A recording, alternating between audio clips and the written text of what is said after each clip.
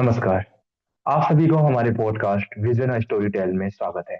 हम हैं आपके होस्ट नमित और मेरे साथ है हमारे साथी होस्ट गुरसिंह जी। आप सभी को मेरा नमस्कार। हम दोनों आपका इस पॉडकास्ट में स्वागत करते हैं।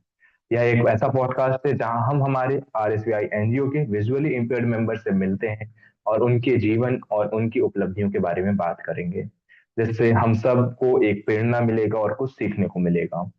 उम्मीद करते हैं आपको यह पॉडकास्ट अच्छा लगेगा। आज के हमारे मेहमान हमारे साथ हैं राजेंद्र जी। राजेंद्र जी जिन्होंने अपनी प्रारंभिक शिक्षा हिसार हरियाणा से प्राप्त की और अपनी हाई स्कूल और इंटरमीडिएट की पढ़ाई government institute for blind Panipat Haryana से पूरा किया। छठवीं एवं 12वीं तक इन्होंने मैंड्रियन भाषा सीखी और बाद में इसे दूसरों को भी सिखाया। कुरुक्षेत्र विश्वविद्यालय से बीए की डिग्री प्राप्त करने के बाद इन्होंने बीएड स्पेशल एजुकेशन और एमए प्राइवेट इन इकोनॉमिक्स भी किया। इसी के साथ इन्होंने जेआरएफ भी क्वालिफाई किया। वर्तमान में ये आरबीआई असिस्टेंट के रूप में कार्यस्थ हैं। कंप्यूटर शिक्षा में इनकी विशेष रुचि है और ये 15 से ज्यादा छात्रों को कंप्यूटर की परीक्षण दे चुके हैं। इनका जीवन प्रेरणादायक कहानियों और अनुभव से भरा है। आइए इनसे और अधिक जानें। नमस्कार राजेंद्र जी। जी नमस्कार मैम। कैसे हैं आप? मैम मैं बहुत अच्छा हूँ मैम, और मुझे बहुत अच्छा लग रहा है कि आपने इस छोटे से प्लेटफॉर्म पे मुझे बुलाया है और अ, अपने बारे में बताने के लिए प्रोत्साहन दिया है। जी सर, हम बहुत खुश हैं कि आज आप हमारे शो पर आए। और आज का दिन आपका कैसा गया? मैम आज का दिन बहुत ही अच्छा गया, और आरबीआई में मैं मेरे को बहुत अच्छा लगा। अच्छा वर्क स्पेस है वहाँ पे। जितने भी काम मेरे द्वारा होते हैं वो पूरे जो स्क्रीन रीडर सॉफ्टवेयर के साथ होते हैं और एक्सेसिबल तरीके से होते हैं। तो मुझे काफी अच्छा लगता है कि मैं अपने जो दृष्टिवान साथी हैं उन्हीं के बराबर काम करता हूँ और उन्हीं जैसा काम मैं करता हूँ। मुझे कोई भी अलग से काम नहीं दिया गया है कि कोडिंग का ही काम मुझे करना है। ऐसा बिल्कुल भी नहीं है। पेनल्टी और कंप्लायंस बनाने का काम मेरा है, और वही काम मेरे जो दूसरे साथी हैं जो सेक्शन में हैं मेरे साथ वो करते हैं, और सेम काम मुझे दिया गया है। मुझे बहुत अच्छा लगता है मैम, और इसलिए मेरा दिन भी बहुत अच्छा जाता है मैम। जी सर, मेरे को बहुत खुशी हुई है सुनकर कि आप इतना अच्छा काम कर रहे हैं और इतने अच्छे लेवल पे कर रहे हैं।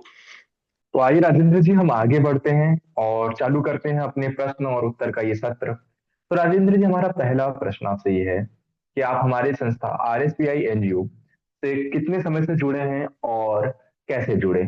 जी बहुत अच्छा प्रश्न है। सबसे पहले तो मैं आरएसबीआई से जुड़ करके अपने आप को गौरवान्वित महसूस करता हूं, क्योंकि ये वास्तव में एक विशेष संस्था है जो हर संडे हमारे ज्ञानवर्धन में सहायक सिद्ध होती है। और इस संस्था के जरिए मैंने ब्रेल जो रीडिंग राइटिंग है वो भी सीखी है। जब मैं अपने बीएड स्पेशल एजुकेशन में पढ़ाई कर रहा था तो ब्रेल मैंने ऑब्वियसली पहले ही सीखी थी, बट जो आरएसबीआई लखनऊ का यूट्यूब चैनल है उसके माध्यम से मैंने अबेकस सीखा, टेलर फ्रेम सीखा, और इसके साथ साथ ब्रेल रीडिंग एंड राइटिंग की जो टेक्निक्स होती हैं वो सीखी। ऐसे ही चलते चलते कुछ दोस्त मिले जो आरएसबीआई लखनऊ के साथ पहले से ही जुड़े हुए थे। उन दोस्तों ने मुझे एक नंबर प्रोवाइड किया, जिस नंबर पर मैंने मैसेज किया और उड़ान ग्रुप में शामिल होने के लिए रिक्वेस्ट की। तो सर आज से 1 साल पहले मैं हमारा जो उड़ान जो एक फैसिलिटी प्रोवाइड होती है जिसके द्वारा जी। हमें करंट अफेयर के बहुत सारे ऑडियोज मिलते हैं, जो हमारी डेली न्यूज है उसके एनालिसिस मिलते हैं, और जो हमारी वोकेबलरी है वो मिलती है। तो काफी अच्छा लगा मेरे को, और धीरे धीरे फिर मैं जो और आरएसबीआई के द्वारा इनिशिएटिव लिए गए हैं उनके साथ भी सर कनेक्ट होता गया। तो मैं अपने उस दोस्त को भी थैंक यू बोलना चाहता हूं इस कार्यक्रम के माध्यम से कि उन्होंने एक यूनिक संस्था आरएसबीआई लखनऊ के साथ मेरे को जोड़ा, और आरएसबीआई लखनऊ के माध्यम से मैंने अच्छा हिंदी बोलना सीखा है। क्योंकि जो हिंदी यहाँ पर बोलते हैं ऐसी हिंदी मैंने अपने जीवन में कहीं भी नहीं सुनी है। और मुझे अच्छा लगता है सर आप वॉलेंटियर्स के रूप में जो पढ़ाते हैं, और आप लोगों का बोलने का तरीका एकदम सर ऐसा लगता है जैसे रेडियो पे हम कोई प्रोग्राम सुन रहे हैं। और दृष्टिहीन होने के कारण रेडियो तो सर हमारा एक प्रिय साथी है, और वो रेडियो के रूप में अब हम आप लोगों की सर आवाज जो सुनते हैं तो काफी अच्छा लगता है सर। बहुत सारी एक्टिविटीज भी होती हैं जो आप एक्टिविटीज करवाते हैं, वही एक्टिविटीज जहां पे मैं जीके क्लास लेता हूँ वहां पे वही सेम एक्टिविटीज मैं अपने बच्चों को करवाता हूँ, और उनको वो बहुत पसंद आती है सर। जी। जी सर। बहुत धन्यवाद। मतलब ये जान के हमें अच्छा लगा कि आप हमारी संस्था से जुड़े। इसके लिए सर आपका धन्यवाद कि हमारी संस्था को एक ऐसा मेंबर मिला जो कि और लोगों के लिए एक प्रेरणादायक है, एक इंस्पिरेशन है बाकी लोगों के लिए। जी सर। 5वीं कक्षा में दृष्टिहीन होने के बाद शिक्षा को जारी रखने का निर्णय आपने कैसे लिया? और इस चुनौती को आपने कैसे पार किया? इस दौरान आपको सबसे ज्यादा हिम्मत किसने दी? जी बिल्कुल, ये क्वेश्चन मेरे दिल को छूने वाला है। और जब मैं 5th क्लास में मैम ब्लाइंड हो गया था तो मेरे को खेती बाड़ी में लगा दिया घर वालों ने कि विजन बिल्कुल कम हो रही है। और मैं जो क्लास में शिक्षा के लिए ब्लैक बोर्ड इस्तेमाल होता है उसको भी मैं नहीं देख पाता था, जिसकी वजह से मुझे डर लगता था कि अगर मैं घर में ये बता दूंगा कि मेरे को दिखाई नहीं देता तो घर वाले क्या सोचेंगे, मेरे आसपास के जो दोस्त हैं वो क्या सोचेंगे, और इवन टीचर्स को जब पता चलेगा तो वो क्या सोचेंगे। तो इसकी वजह से मैं किसी के साथ शेयर भी नहीं करता था, मैं पहले बेंच पे बैठने लगा था। धीरे धीरे ये बात जो हमारे प्रिंसिपल हैं, शकुंतला मैम थी उस समय, तो उनको ये पता चला कि ये बच्चे को कोई ना कोई इश्यू है, जो ये लिख भी नहीं पा रहा है और इसकी राइटिंग भी बहुत खराब आ रही है। उन्होंने घर पे बात की और फिर सन 2007 में मेरी आंखों में जब चेकअप करवाया तो जो व्हाइट मोतिया है जिसे हम कैटरेट्स बोलते हैं वो मिला, जिसका ऑपरेशन करवाया गया। ऑपरेशन के बाद मैम कुछ हद तक मेरी विजन आ गई थी जो आज भी स्टेबल बनी हुई है, बट कंप्लीट विजन नहीं आ सकी, जिसकी वजह से मैं साइटेड में लिखना और पढ़ना दोनों आगे कंटिन्यू नहीं कर सकता था। पापा ने तो सोच लिया था कि हम कोई बिजनेस करवाएंगे, कुछ ऐसी चीजें बनाएंगे कि जिसकी वजह से ये आगे बढ़े। पर मेरी मम्मी चाहती थी कि मैं आगे पढूं और मेरी खुद की भी इच्छा थी कि मैं पढूं। तो हमारी जो प्रिंसिपल थी जिनका नाम मैंने शकुंतला मैम बताया है, उन्होंने हरियाणा हिसार में मेरे लिए स्कूल देखा जो ब्रेल लिपि में पढ़ाते थे, वहां पे सब पठन पाठन होता था और बच्चों को बिल्कुल भी नहीं दिखता था वो भी वहां पर पढ़ाई कर रहे थे। ये जानकर मुझे बहुत अच्छा लगा और वहीं से फिर मैंने अपने जो है लगभग 2 महीने में मैंने हिंदी ब्रेल को सीखा और साथ में टेलर फ्रेम मैंने 2-3 महीने में सीखा। फिर वहां से मुझे प्रमोशन मिल गई और 5वीं कक्षा तक मैंने वहीं पे पढ़ाई की। इसमें मैं जो क्रेडिट है वो अपनी मम्मी को देना चाहूंगा, क्योंकि मेरे पापा चाहते थे कि वो मैं बिजनेस में जाऊं, कि वो पेट्रोल पंप खरीदने की कुछ बात हो रही थी घर में कि ऐसा कुछ खरीद लेंगे जिससे जो मुझे है इनकम होती रहेगी, ज्यादा मेहनत नहीं करनी पड़ेगी। बट मेरी मम्मी जो थी वो मुझे सेल्फ डिपेंड बनाना चाहती थी, जिसकी वजह से वो मुझे स्कूल में लेकर के गई, वहां पे मेरा दाखिला करवाया। इवन मेरे पापा उस समय साथ नहीं थे, बट मम्मी साथ में रही और आज उन्हीं की वजह से मैं अपनी शिक्षा पूर्ण कर पाया हूँ और एक अच्छी सी नौकरी मुझे मिली है। जी ये सुनकर बहुत ही अच्छा लगा चलिए, कि आपकी मम्मी आपका एक सपोर्ट सिस्टम बनी, किस तरीके से उन्होंने आपको संभाला और आपको आगे बढ़ने दिया, इस बात की मुझे बहुत खुशी है। और आप में इतना टैलेंट है भर भर के, वो तो कहने की कोई बात ही नहीं। धन्यवाद रजनी जी। आगे बढ़ते हैं। आपने अपनी दृष्टिहीनता के बावजूद आरबीआई असिस्टेंट जैसी कठिन परीक्षा में सफलता पाई।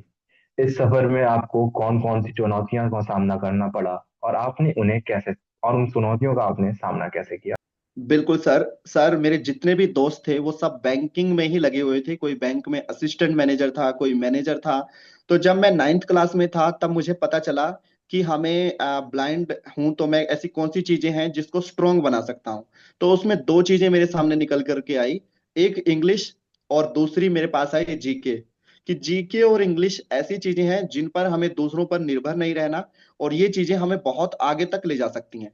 तो 9th क्लास में जब मैं हुआ तो उस टाइम रेडियो पर एक प्रोग्राम आता था जिसका थीम था हेलो जीनियस। तो उस हेलो जीनियस प्रोग्राम में जो हरियाणा में ही प्रसारित होता था, आकाशवाणी रोहतक से वो प्रसारित होता था कार्यक्रम। तो उस कार्यक्रम के माध्यम से ही मेरे को जीके में इंटरेस्ट बढ़ा। हमारे जो सीनियर थे उस कार्यक्रम में कॉल करते थे और वो हर एक व्यक्ति से 3 प्रश्न पूछते थे, जिनके बाद फिर वो जीनियस उसमें चूज किया जाता था। तो सर वहीं से मेरे को जीके में इंटरेस्ट पैदा हुआ और इंग्लिश भी फिर मैंने वहीं से सीखनी 6th क्लास से शुरू कर दी थी और वहां से भी फिर मैंने इंग्लिश अपनी शुरू कर दी, उस पर काम किया। 11वीं क्लास में मेरा प्लान बना कि मैं यूपीएससी क्लियर करूं, बट वो नहीं हो पाया। फिर बैंकिंग के जो दोस्त थे उन्होंने मेरा बहुत अच्छा साथ दिया, वो मेरे साथ बीए तक रहे और बीए उन्होंने इंग्लिश में और जीके में बहुत मदद की। फिर जब मैं एमए में आया, बीएड और स्पेशल और एमए इकोनॉमिक्स मैंने एक ही साथ किया था। उस दौरान मेरे जो साइटेड जो दृष्टिवान दोस्त थे उन्होंने मेरे को रीजनिंग और मैथ में मेरे को हेल्प की। 10वीं तक का मैथ में ब्लाइंड के तरीके से ही किया था और हरियाणा में तो 10वीं तक मैथ कंपलसरी होता है, तो उसका मेरे को बड़ा फायदा हुआ कि आगे जब मैंने मैथ और रीजनिंग के जो कॉन्सेप्ट सीखे उसमें मेरे को कोई ज्यादा परेशानी नहीं हुई, जिसकी वजह से मैं सर आरबीआई तक पहुंचा। मेरे को लगता नहीं था कि मैं आरबीआई तक जा सकता हूँ, क्योंकि मेरा जो प्लान था वो स्टेट बैंक ऑफ इंडिया में पीओ बनने का था। परंतु वहां पे मैं 2 नंबर से रह गया था। पर बाद में मैंने जब आरबीआई का पेपर दिया तो उसमें जो प्री था मेरा, उसमें से 100 में से 77 नंबर आए। और इवन जब मैंने मेंस दिया, आरबीआई मेंस जो असिस्टेंट मेंस है, उसमें मेरे 200 में से 128 नंबर आए, और ब्लाइंड कम्युनिटी में मेरा ऑल इंडिया टॉप था। जी। सर कहते हैं ना कभी कभी कि जो नहीं होता है वो कभी कभी अच्छा होता है, तो आपका कहीं ना कहीं एसबीआई पीओ ना निकलना अच्छा था कि आपने आरबीआई के लिए ट्राई किया और वो निकल गया, और जी। आज आप एक आरबीआई असिस्टेंट जैसे प्रतिष्ठित जॉब में लगे हुए हैं। और ये जान के, ये देख के हम सभी को बहुत खुशी होती है। तो आगे बढ़ते हैं। लो विजन व्यक्तियों के लिए तकनीकी और कंप्यूटर शिक्षा का क्या महत्व है, और इस क्षेत्र में सुधार के लिए हमें कौन से कदम उठाने चाहिए?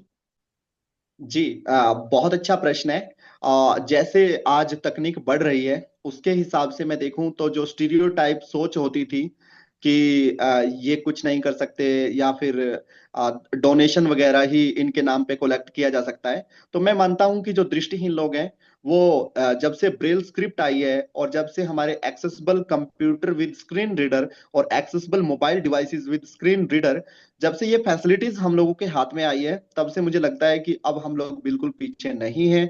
क्योंकि इन तकनीकों के माध्यम से ना केवल 100% ब्लाइंड, जबकि जो हमारे कम दृष्टिहीन बालक हैं, वो भी बहुत आगे बढ़ रहे हैं। जैसे मैं अपना ही उदाहरण देता हूं कि आज मैं एमएस वर्ड सिखाता भी हूं और बैंक में इसमें काम भी करता हूं। मैं एक्सेल में सभी फार्मूलाज और फंक्शंस यूज करता हूं। मैं पावर पॉइंट पे पीपीटी बहुत अच्छे से बना लेता हूं। इवन इसके साथ साथ बैंक में तो मुझे ये चीजें काम नहीं आती, बल्कि स्किल के तौर पे मैंने एचटीएमएल और पाइथन लैंग्वेज भी सीखी थी कि या तो ये मेरे कोई एप्लीकेशन मेरे को डेवलप करना है तो वो बनाऊंगा, अदरवाइज मेरे जो और ब्लाइंड फ्रेंड्स हैं जो मुझसे जूनियर हैं, मैं उनको कंप्यूटर की शिक्षा दूंगा। तो जब मैं बीएड स्पेशल में था तब मैंने बहुत सारी तकनीकें सीखी थी एक स्किल के तौर पे। तो मुझे लगता है कि स्किल ही ऐसी चीज है जो हम लोगों को आगे ले जाती है। वो स्किल 3 तरीके के मुझे लगते हैं। एक है हमारा हेड, जिसमें हमें याद करना होता है, जैसे जीके के क्वेश्चंस हैं, या कोई भाषा का ज्ञान हमें लेना है, या फिर मैथ और रीजनिंग में हमें अव्वल नंबर लेके आने हैं, तो उसमें मैं सोचता हूँ हेड में जो हमारा माइंड है वो बहुत हेल्प करता है। दूसरा है हार्ट। हार्ट में मैं समझता हूँ कि हमारी जो फीलिंग्स हैं वो अपने आप में बहुत आगे तक हमें लेके जाती हैं। हमारे मम्मी पापा के प्रति, हमारे भाई बहन के प्रति जो हमारे कर्तव्य हैं, या हमारी जो भावी पीढ़ी के प्रति हमारे जो कर्तव्य हैं, वो चीज भी हमें आगे लेके जाती है और कुछ ना कुछ हमें सीखने को मजबूर करती है। जैसे मेरी मम्मी का सपना था कि मैं 5 से 10 हजार की नौकरी लगूं, क्योंकि मेरी मम्मी ज्यादा पढ़ी लिखी नहीं थी, तो उनको लगता था कि 5 से 10 हजार की नौकरी लगेगा तो कम से कम बहुत अच्छा होगा। पर आज वो बहुत खुश हैं कि आज मैं 70 से 80 हजार के आसपास या इससे भी ऊपर मैं कमा पा रहा हूँ। तो ये भी अपने आप में ठीक है कि स्किल की वजह से मैं आगे बढ़ रहा हूँ। तो उनकी जो फीलिंग्स थी मेरे प्रति और मेरी जो फीलिंग्स थी, वो हमेशा जिंदा थी, जिन्होंने मुझे आगे बढ़ने पर मजबूर कर दिया।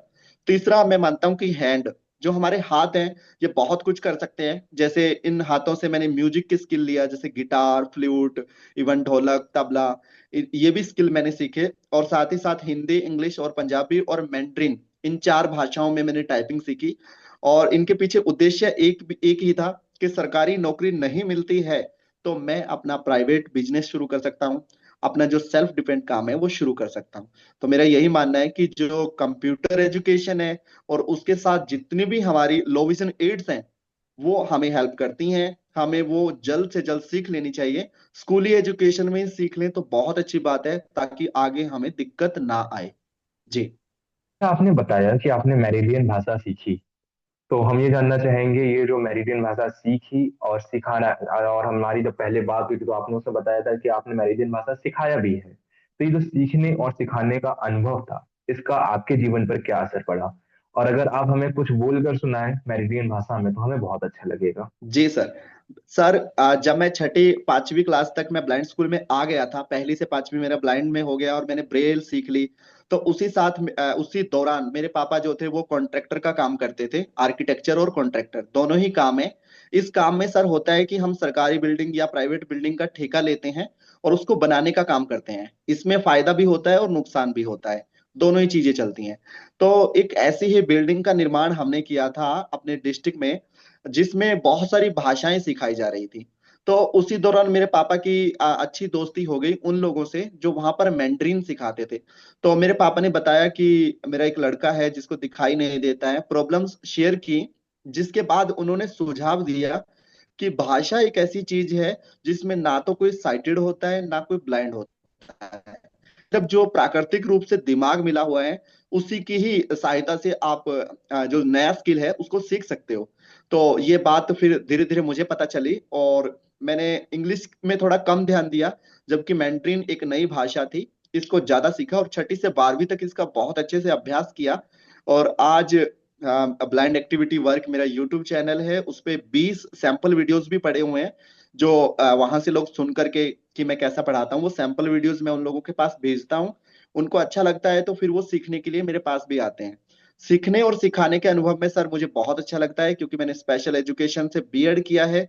तो ऑब्वियसली मेरी हॉबी थी कि मैं टीचर बन के अपनी जो सोसाइटी, अपनी जो कम्युनिटी है, उसको वो चीजें उस समय सिखाऊं जब वो उनका ठीक टाइम है। क्योंकि सर कुछ जब मैं लेट ब्लाइंड हुआ तो उस दौरान मैंने एक चीज अनुभव की कि मैंने जो चीज सीखी है वो 1-2 साल लेट सीखी है।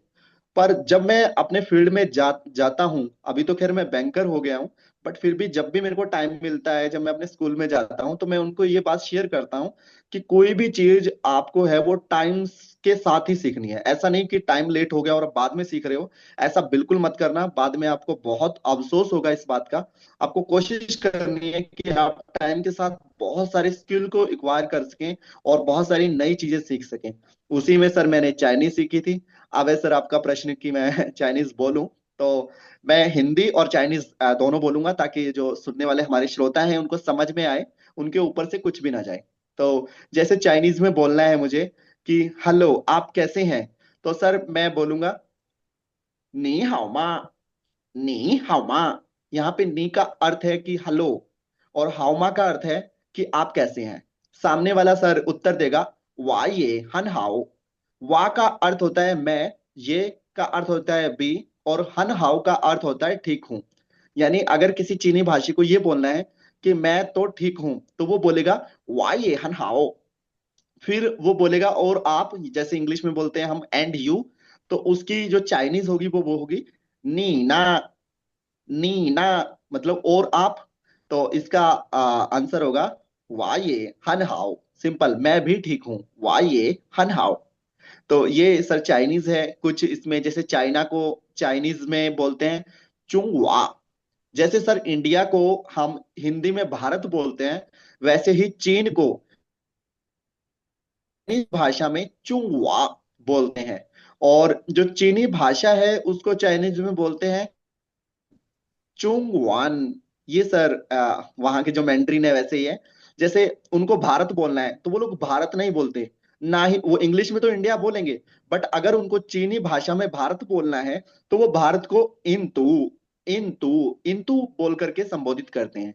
तो ये सर जो भाषा है चीनी, ये अपनी ध्वनि पे आधारित है, साउंड पे आधारित है। एक ही शब्द के कई बार चार चार अर्थ होते हैं। तो ये राइजिंग टोन या फॉलिंग टोन या फिर न्यूट्रल टोन, उस पर डिपेंड करता है कि किस शब्द का क्या अर्थ होगा। ये भाषा में सर सुनने का ज्यादा काम है, तो इसलिए थोड़ी तो है। बट जो वीआई लोग हैं मैं उनको जरूर बोलूंगा कि आप लोग चीनी भाषा सीखें, क्योंकि इसमें आप लोग बहुत अच्छा कर सकते हैं। जो एक्टिव लिसनर है वो इस भाषा को सर बहुत आराम से और सरल तरीके से सीख सकता है। जी। बिल्कुल सर, आपने बहुत अच्छा मतलब समझाया, हमें बहुत मजा आया। और आपका ये टैलेंट तो बहुत ही ज्यादा यूनिक है। मतलब आज की डेट में चाइनीज भाषा सीखना एक आसान नहीं है, जो कि आपने किया। राजेंद्र जी, आपके अनुसार विजुअली इम्पेयर्ड व्यक्तियों के लिए शिक्षा और करियर में समान अवसर मिलने के लिए समाज को किस तरह के बदलाव चाहिए? जी बिल्कुल मैम, इक्वल अपॉर्चुनिटी सेल है हमारे कॉलेजेस में, तो है कि बहुत सारी ऐसी सोसाइटी बनाई गई हैं। उनमें से ही एक है इक्वल अपॉर्चुनिटी सेल, यानी समान अवसर हर व्यक्ति को मिलने चाहिए। भारतीय संविधान भी ऐसा ही बोलता है, और हमारे कॉलेजेस में इसको लेकर के पहल भी है। इवन जो हमारे बैंक हैं, जैसे मैं रिजर्व बैंक ऑफ इंडिया में हूँ, तो यहाँ पे भी सेल है इक्वल अपॉर्चुनिटी सेल। तो उसमें कोशिश की जाती है कि जो हमारे दृष्टिहीन साथी हैं उनको किसी भी प्रकार की समस्या ना हो। जैसे मैं जब अपना बैंक मैंने ज्वाइन किया तो मेरे को लगभग 10 दिन के अंदर अंदर जो जो स्क्रीन रीडर होता है, टेक्स्ट टू स्पीच, वो मिल गया था। और मेरी सुविधाओं के अनुसार अन्य सॉफ्टवेयर के बारे में भी मुझसे पूछा गया। तो जो हमारी बड़ी संस्थाएं हैं उनमें तो ये चीज अच्छी है। बट जब हम समाज के जो अलग अलग वर्ग हैं उनकी बात करते हैं, तो वहां पे मुझे लगता है कि अभी भी रूढ़िवादिता है। जैसे वो लोग सोचते हैं कि ब्लाइंड लोगों को अंधा ऐसा कह करके संबोधित नहीं करना चाहिए, इस ऐसा कहेंगे तो भगवान नाराज हो जाएंगे। या फिर इन लोगों को दान देना चाहिए, इससे उनके जो कर्म है उनका अच्छा फल मिलेगा। तो ऐसी चीज है। जबकि मुझे लगता है कि उन लोगों को जो बात सोचनी चाहिए या उनका जो सोचने का नजरिया है वो कुछ इस तरीके का होना चाहिए कि भाई जो ब्लाइंड लोग हैं इनके लिए ब्रेल स्क्रिप्ट आ गई है, जिसकी वजह से ये जो दृष्टिवान जो हमारे साथी हैं, जो हमारे आ, अन्य बच्चे हैं, जो सामान्य बच्चे हैं, उनकी तरह ही ये पढ़ पाते हैं। उन लोगों को दूसरा सोचना चाहिए कि जो गवर्नमेंट द्वारा जो फंडेड स्कीम्स हैं, जो एनवायरमेंट प्रोवाइड किया जाता है, जिसमें अच्छे अच्छे इंस्टीट्यूशन है, जो एक्सेसिबल गेम्स हैं, उनके बारे में भी उन लोगों को जागरूक हमें करना होगा कि वो लोग इस बारे में जाने कि इनको आरक्षण मिलता है और ये अच्छी अच्छी नौकरियां कर सकते हैं। तो रूढ़िवादिता तभी खत्म होगी जब हमारे समाज में हम फैलाएंगे इन बातों को। और मैं मानता हूं कि सबसे पहले हमें जो हमारे इलिटरेट जो समाज है, जो जहाँ पे पढ़ाई नहीं हुई है, उन लोगों को हमें नहीं समझाना है, बल्कि हमें समझाना है उन लोगों को जो पढ़े लिखे हैं। क्योंकि जब वो लोग इस बात को छोड़ेंगे कि ये ब्लाइंड है, कैसे करेगा, कैसे जाएगा, तभी तो वो दूसरों को समझा पाएंगे। तो इसलिए पढ़े लिखे लोगों को हमें पहले समझाना चाहिए, ताकि वो फिर समाज में एम्बेसडर का काम करें और आगे जाकर के वो अन्य लोगों तक भी ये फैलाएं कि ये लोग तो काम कर पाते हैं। अब जैसे मैं अपना उदाहरण दूं कि मैं आज 228 करेंसी चेस्ट हैं, हरियाणा, पंजाब, हिमाचल प्रदेश और चंडीगढ़ में मैं काम कर रहा हूँ। एक ही संस्था है चंडीगढ़ जो काम कर रही है। तो इश्यू एंड कैश डिपार्टमेंट में हूँ, तो मेरी मेल्स भी जाती हैं। और जब उन लोगों को कभी कभार वो लोग मिलने आते हैं कि वो जो सर से मिलना है, जो मेल करते हैं हमें, तो उनको बड़ी हैरानगी होती है कि कोई ब्लाइंड उस सीट पे बैठा हुआ है और वो इतने अच्छे से मैनेज कर पा रहा है। तो मेरे को लगता है कि वो पढ़े लिखे हैं, वो अच्छे से समझ भी पा रहे हैं और पूछते भी हैं कि आप कैसे काम कर रहे हो। तो जब पढ़े लिखे हुए लोगों को समझाएंगे तो वो आसान भी होता है। और साथ में वो लोग जो जागरूकता का हमारा अभियान है कि हम इक्वल अपॉर्चुनिटी के माध्यम से सबको जागरूक कर सकते हैं, उसको भी हम प्राप्त कर सकते हैं। और साथ ही साथ एक और मेरे को लगता है कि जो हमारा डॉक्टर्स हैं, जो आंखों, उन लोगों को भी जागरूक करने की बहुत जरूरत है। एक उदाहरण देकर के मैं अपनी बात रखना चाहूंगा सभी श्रोताओं के सामने कि मानिए कि एक 5 से 7 साल का बच्चा है जो ब्लाइंड हो गया है, और उसकी आंखें, डॉक्टर ने जब सारी एबीसी, अपीयरेंस, बिहेवियर, उसकी कंप्लायंस सुनी, तो पता चला कि अब इसको दिखेगा नहीं। तो डॉक्टर बोलते हैं कि 17 साल या 18 साल के बाद इसकी आंखें आ जाएंगी। जबकि डॉक्टर जानता है कि ऐसी काउंसलिंग जो की जा रही है, जो ये काउंसलिंग की जा रही है, वो माता पिता का धीरज रखने के लिए, उनका मन को दिलासा देने के लिए की जा रही है। मुझे लगता है कि ये नहीं करना चाहिए, क्योंकि ऐसा करने से बच्चे की उम्र बढ़ती चली जाती है और माँ बाप जो होते हैं वो उस बात को सच मानकर बैठ जाते हैं और वो स्कूल में भी नहीं भेजते। वो सोचते हैं कि जब बच्चा बड़ा होगा तब इसका ऑपरेशन होगा और आंखें ठीक हो जाएंगी और सारे काम करेगा। जबकि डॉक्टर्स को जो इतने पढ़े लिखे होते हैं उनको इस तरीके से सोचना चाहिए कि इस बच्चे को रिहैबिलिटेशन जो सेंटर्स हैं वहां तक पहुंचाया जाए। जो उसके बच्चे के माता पिता हैं उनको बताया जाए कि इसी जैसे और भी बच्चे हैं जो ब्लाइंड हुए थे और आज सरकारी नौकरी है उनके पास, या फिर वो खेलों में बहुत अच्छा कर रहे हैं, या फिर वो अच्छे रिहैबिलिटेशन में जा करके अच्छी एजुकेशन प्राप्त कर रहे हैं। इससे जो माँ बाप हैं उनका भी भरोसा भी बढ़ेगा और वो अपने बच्चे को ठीक टाइम पे जो उसकी स्कूल एजुकेशन है उसको कंप्लीट करने में अपना योगदान देंगे। जी। राजेंद्र जी, आपकी जो सोच है उसको हम सबका सलाम है कि आप मतलब आज भी जो समाज में एक स्टीरियोटाइप, एक रूढ़िवादिता है, उसके उस उससे लड़ना केवल विजुअली इम्पर्ड पर्सन का नहीं, हम सबका कर्तव्य है कि हम सब मिलके उससे लड़ें और उसके लिए एक अवेयर फैलाएं कि जिससे ज्यादा से ज्यादा लोग जागरूक हो सकें। जी, वैसे आपके पास तो स्किल्स और कौशल की भरमार हैं, लेकिन अगर आपसे ये पूछा जाए कि आपके जीवन में, पेशेवर जिंदगी में ऐसी कौन सी एक कौशल या स्किल है जिसको आप और बेहतर करने का मौका मिले तो आप उसे और बेहतर करेंगे? और ऐसा क्यों? बिल्कुल सर, कहीं ना कहीं जैसे मैं लेट थोड़ा ब्लाइंड स्कूल में गया था, तो मुझे लगता है कि मेरे पास ऐसे कुछ एक स्किल हैं जो मैं चाहता था कि दोबारा सीखूं। उन्हीं स्किल में से एक था कि मेरे को बांसुरी बजाना सीखना चाहिए था, जो मैं अपने टाइम पे नहीं कर पाया था और मेरे को कोई अच्छा टीचर नहीं मिला था। बट उस स्किल को सर मैं अब कंप्लीट कर रहा हूँ। मैं पिछले 1 महीने से फ्लूट की क्लासेस ले रहा हूँ और हफ्ते में 1-2 बार जाता हूँ। और इससे सर क्या होता है कि जब मैं बैंक का काम करके आता हूँ, तो मैं हल्का फुल्का अपने आप को बिजी रखने के लिए उस स्किल में उसमें एक तो ये है कि वो सांस से बजती है, मीन्स हवा से वो बजती है। तो जब हम उसमें ब्लो करते हैं तो ये एक प्रकार का योगा भी हो जाता है, और साथ ही साथ सर मेरे को एक स्किल भी सीखने को मिल रहा है। तो इसी के रूप में मैं पहले भी कोशिश की थी मैं सीखूं, बट कोई टीचर नहीं मिला था। बट यहाँ पे मेरे 1 किलोमीटर के दायरे में मेरे को टीचर भी मिला है। जब भी मैं बैंक से फ्री होता हूँ, तो हफ्ते में 2 या 3 दिन उस स्किल को अपना पूरा करने के लिए मैं जाता हूँ। और कोशिश है कि 1 साल में मैं इस फ्लूट को सीख करके आरबीआई में जो हमारे कॉम्पिटिशन्स होते हैं या फिर जो भी हमारे फंक्शंस होते हैं, वहां पे मैं जरूर प्ले करना चाहूंगा। और बहुत सारे लोगों को उम्मीद भी है मुझसे कि मैं एक ना एक दिन फ्लूट प्ले करूं। तो ये एक सर स्किल के रूप में भी और एक योगा के रूप में भी सर, दोनों ही मेरे पर्पस को फुलफिल कर रहे हैं। और यही स्किल सर जो रह गया था, इसको मैं अब पूरा कर रहा हूँ सर। सर हम भी जल्द से जल्द आपके फ्लूट को सुनना चाहेंगे कि अगर आगे संडे सेशन करें और उसमें आप जुड़े हों, तो हम उसमें आपके फ्लूट का जो एक स्किल है वो जल्द से जल्द हम भी सुनना चाहेंगे। बिल्कुल बिल्कुल, आइए अब। बहुत मजा आएगा। उम्मीद करते हैं वो सेशन आपके करके बहुत बढ़िया हो जाएगा। जी। जी, हम आज के पॉडकास्ट को खत्म करते हैं। मैं राजेंद्र जी का दिल से धन्यवाद करती हूँ कि उन्होंने अपना सफर हमारे साथ साझा किया, चाहे फिर वो शिक्षा हो, चाहे भाषा के प्रति। उनके अनुभवों को सुनकर हमें बहुत मजा आया। आपकी कहानी जुनून और धैर्य का सही उदाहरण है। राजेंद्र जी, जाने से पहले आप हमारे लिसनर्स को कुछ आखिरी विचार या सलाह देना चाहेंगे? जी। मैम, मैं यही सभी श्रोताओं को कहना चाहता हूँ कि no matter how many goals you have achieved, you must set your eyes on higher one. मतलब कि इससे कोई फर्क नहीं पड़ता कि वर्तमान में आपने कितनी प्रसिद्धि हासिल कर ली है, कितने स्किल आपने एक्वायर कर लिए हैं। फर्क तो ये पड़ता है कि वर्तमान में आप क्या कर रहे हो, भविष्य में आप कौन से लक्ष्य को प्राप्त करना चाहते हो। जी। आपके शब्दों ने काफी प्रभावित किया, धन्यवाद। जो कोई भी राजेंद्र जी का दिल के सफर को फॉलो करना चाहता है, वो उन्हें राजेंद्र.rz इंस्टाग्राम पे फॉलो कर सकते हैं। हमारे लिसनर्स का धन्यवाद जिन्होंने आज के पॉडकास्ट को सुना। हमें उम्मीद है कि आपको ये पॉडकास्ट उतना ही अच्छा लगा होगा जितना हमें।